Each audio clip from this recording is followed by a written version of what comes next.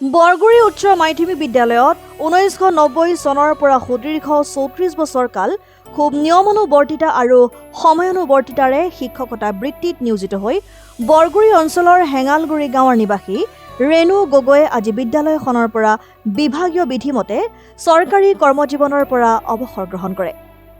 তেখেতৰ অৱসৰপ্ৰাপ্ত অৰ্থাৎ অন্তিম দিনটোত আনুষ্ঠানিকভাৱে সম্বৰ্ধনা অনুষ্ঠান অনুষ্ঠিত কৰি বিদ্যালয়খনৰ কৰ্তৃপক্ষৰ লগতে ছাত্ৰ-ছাত্ৰীসকলে প্ৰিয় শিক্ষয়িত্ৰীগৰাকীক সম্বৰ্ধনা পত্ৰ প্ৰদান কৰাৰ লগতে প্ৰত্যেকগৰাকী ছাত্ৰ-ছাত্ৰীৰ লগতে অভিভাৱকসকলে ফুলাম গামোচাৰে বিদায়ী সম্ভাষণ জনোৱা হয়।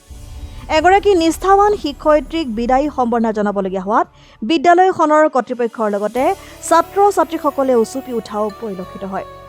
অৱসৰপ্ৰাপ্তিৰ দিনটোত শিক্ষয়িত্ৰীগৰাকীয়ে ছাত্ৰ-ছাত্ৰীসকলক সফলতাৰ দিশত অগ্ৰসৰ হৈ একোগৰাকী উচ্চ চিন্তা সম্পন্ন ব্যক্তি হৈ গঢ় লৈ উঠাৰ কামনা কৰে।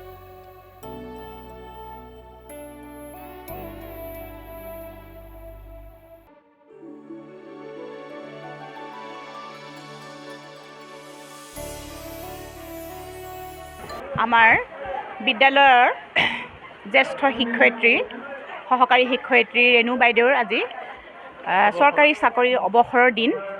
যিগৰাকী শিক্ষয়িত্ৰীয়ে এইখন বিদ্যালয়ত সুদীৰ্ঘ 34 বছৰ কাল খুব ডিচিপ্লিন অৰ্থাৎ নিয়মানুবৰ্তিতাৰে খুব সুন্দৰকৈ বিদ্যালয়খনৰ চাকৰি কৰি গ'ল, সেইখিনি আমি পাহৰিব নোৱাৰোঁ। তেওঁৰ যিখিনি আদৰ্শ ল'ৰা ছোৱালীক দি থৈ গ'ল সেইখিনি আমি কোনো কালেই পাহৰিব নোৱাৰোঁ। আজি বিদায় মুহূৰ্তত মই তেওঁ সুস্বাস্থ্য হৈ ভালদৰে জীৱনটো কটাওক তাৰেই মই কামনা কৰিলোঁ।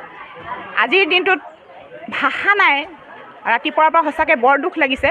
এগৰাকী সহকাৰী শিক্ষয়িত্ৰী, বিশেষকৈ তেওঁ ইমান ধুনীয়াকৈ দায়িত্ববোৰ পালন কৰি গৈছিল, হয়তো তেনেকুৱাকৈ শিক্ষয়িত্ৰীবোৰ আমি সহজে নাপাম তেনেকুৱা এটা অনুভৱ হৈছে। তেওঁ সদায় সুখেৰে থাকক, তেওঁ দীৰ্ঘায়ু কামনা কৰিলোঁ, তেওঁ ভালদৰে থাকক। ইয়াকে কৈ মই বক্তব্য সামৰণি মাৰিছোঁ।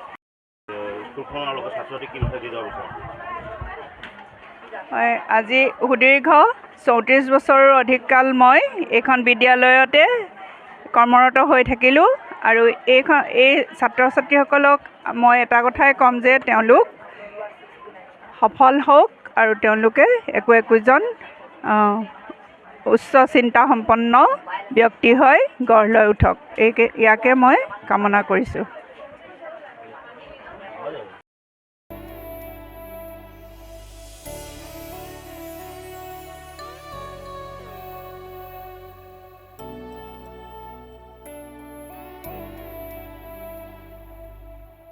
তিনিচুকীয়াৰ পৰা অজয় শৰ্মা ৰিপৰ্ট, ডেম'ক্ৰেটিক আছাম।